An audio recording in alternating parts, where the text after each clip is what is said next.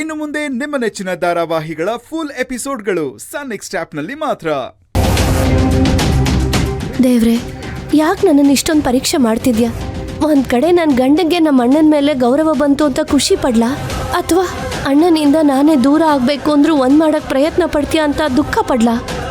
ಜ್ಯೋತಿನ್ ನೆನೆಸ್ಕೊಂಡ್ರೆ ನಾಳೆ ದಿನ ಎಲ್ಲಿ ಹೋಗಿ ನಿಲ್ಲುತ್ತೋ ಅಂತ ಭಯ ಆಗ್ತಿದೆ. ಬಂಗಾರಿ, ಏನು ನಿನ್ ಗಂಡ ಇದ್ದಕ್ಕಿದ್ದಂಗೆ ಬದಲಾಗ್ಬಿಟ್ಟಿದ್ದಾನೆ, ಈ ರೀತಿ ಎಲ್ಲ ಮಾತಾಡ್ತಿದ್ದಾನೆ ಅಂತ ಯೋಚನೆ ಮಾಡ್ತಿದ್ಯಾ? ಇಲ್ಲ, ನೀನ್ ಅದೆಲ್ಲ ಯೋಚನೆ ಮಾಡಲ್ಲ. ನನ್ ಗಂಡ ಬದಲಾದ, ನಮ್ಮ ಅಣ್ಣನ ಪ್ರಮಾಣ ವಚನಕ್ಕೆ ಆಹ್ವಾನಿಸ್ಬೇಕು ಅಂತ ಹೇಳ್ದ ಅಂತ ಆಶ್ಚರ್ಯ ಪಡ್ತಾ ಇದೆಯಲ್ವಾ? ಬಂಗಾರಿ, ನಿನ್ ಸಂತೋಷನೇ ನನ್ ಸಂತೋಷ. ನನಗೂ ನಮ್ಮಪ್ಪಂಗೂ ಇದ್ದಿದ್ದ ಉದ್ದೇಶ ಒಂದೇ, ಊರ್ ಜನರ ಮುಂದೆ ಹೋಗಿರೋ ಮಾನ ಮರ್ಯಾದೆ ಗೌರವನ ಪುನಃ ಪಡ್ಕೋಬೇಕು ಅಂತ. ಅದನ್ನ ನಿಮ್ಮಣ್ಣನೇ ಗೆಲುವಿನ ಮೂಲಕ ನಮ್ಗೆ ವರವಾಗಿ ಕೊಟ್ಟ. ನಾವು ಬಯಸಿದ್ದನ್ನ ಬಯಸ್ದೇನೆ ವರವಾಗಿ ಕೊಟ್ಟಿರೋ ನಿಮ್ಮ ಅಣ್ಣನ ಮೇಲೆ ನಾನ್ಯಾಕೆ ಬಂಗಾರಿ ದ್ವೇಷ ಸಾಧಿಸ್ಲಿ? ಅದು ಅಲ್ಲದೆ ನಿನಗೆ ನಿಮ್ಮ ಅಣ್ಣನೇ ದೇವ್ರು, ನನಗೆ ನೀನು ಅಂದ್ರೆ ಪ್ರಾಣ. ಅಂದಮೇಲೆ ನನ್ನ ಪ್ರಾಣಕ್ಕೆ ದೇವರಾಗಿರೋ ಅವರು ನನಗೂ ದೇವರೇ ಅಲ್ವಾ?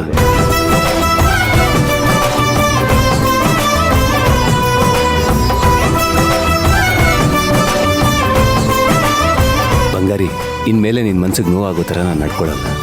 ಸಾಕು ಬಂಗಾರಿ, ನನಗೆ ಸಾಕು. ಪಂಚಾಯತಿ ಅಧ್ಯಕ್ಷೆ ಗಂಡ ಇಂದ್ರ ಅಂತ ಊರ್ ಜನ ಎಲ್ಲ ಗುರುತಿಸ್ತಾರಲ್ಲ, ನನಗದು ಸಾಕು. ಇದಕ್ಕೆಲ್ಲ ಕಾರಣ ನಿಮ್ಮಣ್ಣ. ನನ್ನ ಮೇಲೆ ಎಷ್ಟೇ ಕೋಪ ತಾಪ ಇದ್ರೂ ನಮ್ಮಿಬ್ಬರು ಕೈ ಹಿಡಿದಿದ್ದಾರೆ, ನಮ್ಮ ಗೌರವ ಕಾಪಾಡಿದ್ದಾರೆ. ನೀವಿಬ್ರು ಆ ಕಾರ್ಯಕ್ರಮದ ವೇದಿಕೆ ಮೇಲಿದ್ರೆ ಆ ಕಾರ್ಯಕ್ರಮಕ್ಕೆ ಒಂದು ಕಳೆ.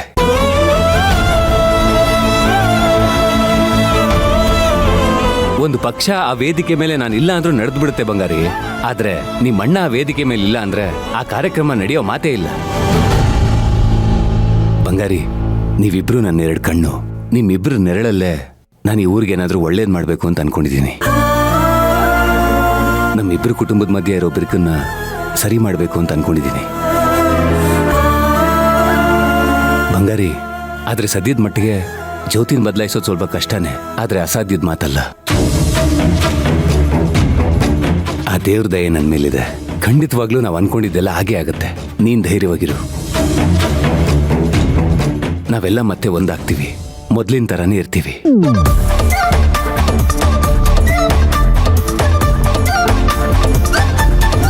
ನನ್ ಬಂಗಾರಿ ನೀನು.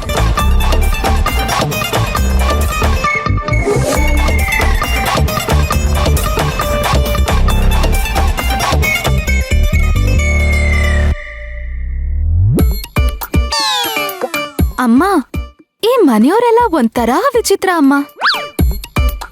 ಇವ್ರನ್ನ ಅರ್ಥ ಮಾಡ್ಕೊಳಕ್ಕೆ ಆಗಲ್ಲ.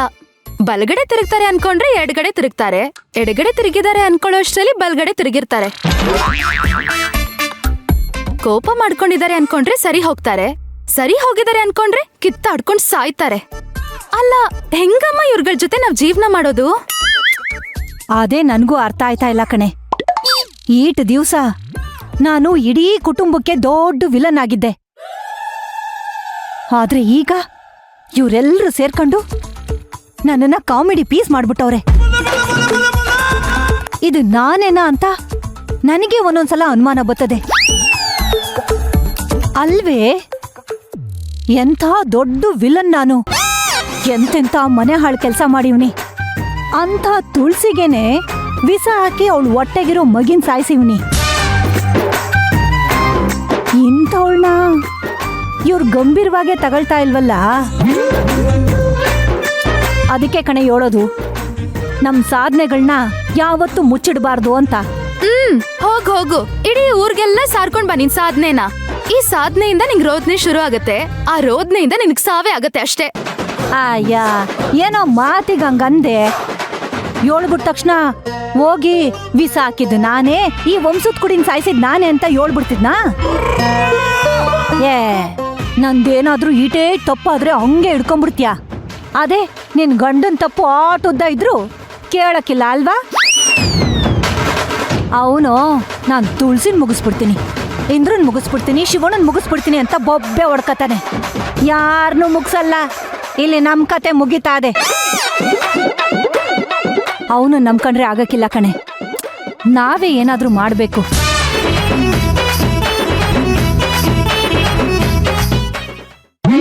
ಅವನು ನಂಬ್ಕೊಂಡ್ರೆ ಆಗಕ್ಕಿಲ್ಲ ಕಣೆ, ನಾವೇ ಏನಾದ್ರೂ ಮಾಡ್ಬೇಕು. ಮಾಡಿದ್ರೆ ಆಯ್ತು ಬಿಡಮ್ಮ. ಮಾಡೋಣ. ಸರ್ವ ಕಾರ್ಯೇಶು ಸರ್ವದಾ ಅಂದ್ರೆ ಈ ಸರ್ವ ಮಂಗಳ ಅನ್ಕೊಂಡಿದ್ದೆಲ್ಲ ಕೈಗೂಡ್ತದೆ ಅಂತ.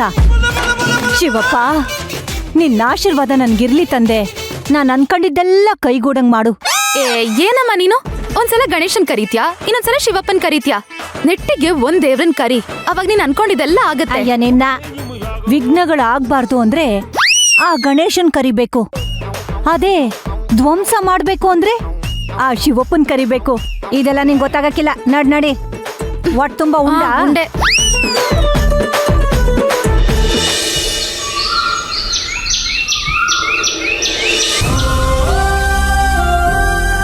ನನ್ನ ತಂಗಿ ಪ್ರಮಾಣ ಪತ್ರ ಸ್ವೀಕರಿಸೋಕೆ ಅಂತ ಹೋಗಿದ್ಲು. ಅದನ್ನ ನೋಡೋಕೆ ಅಂತ ನಾನು ಹೋಗಿದ್ದೆ. ಇಷ್ಟಕ್ಕೂ ನೀನೇ ತಾನೇ ಹೇಳಿದ್ದು ಹೋಗ್ ಬನ್ನಿ ಅಂತ.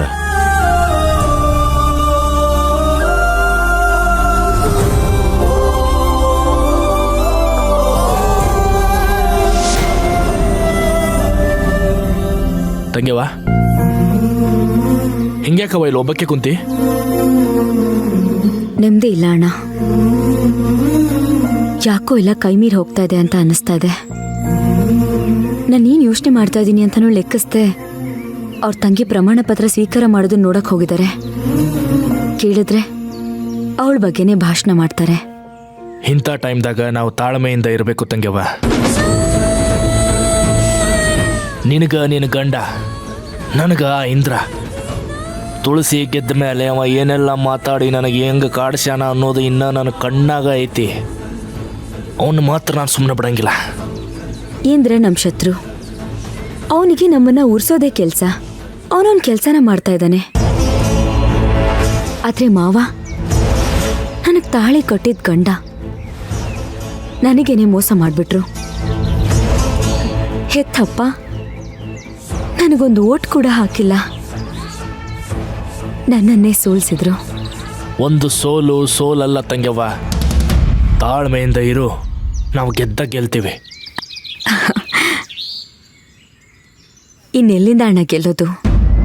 ಈಗ ಸಪೋರ್ಟ್ ಮಾಡದೇ ಇರೋರು ನಾಳೆ ಸಪೋರ್ಟ್ ಮಾಡ್ತಾರಾ?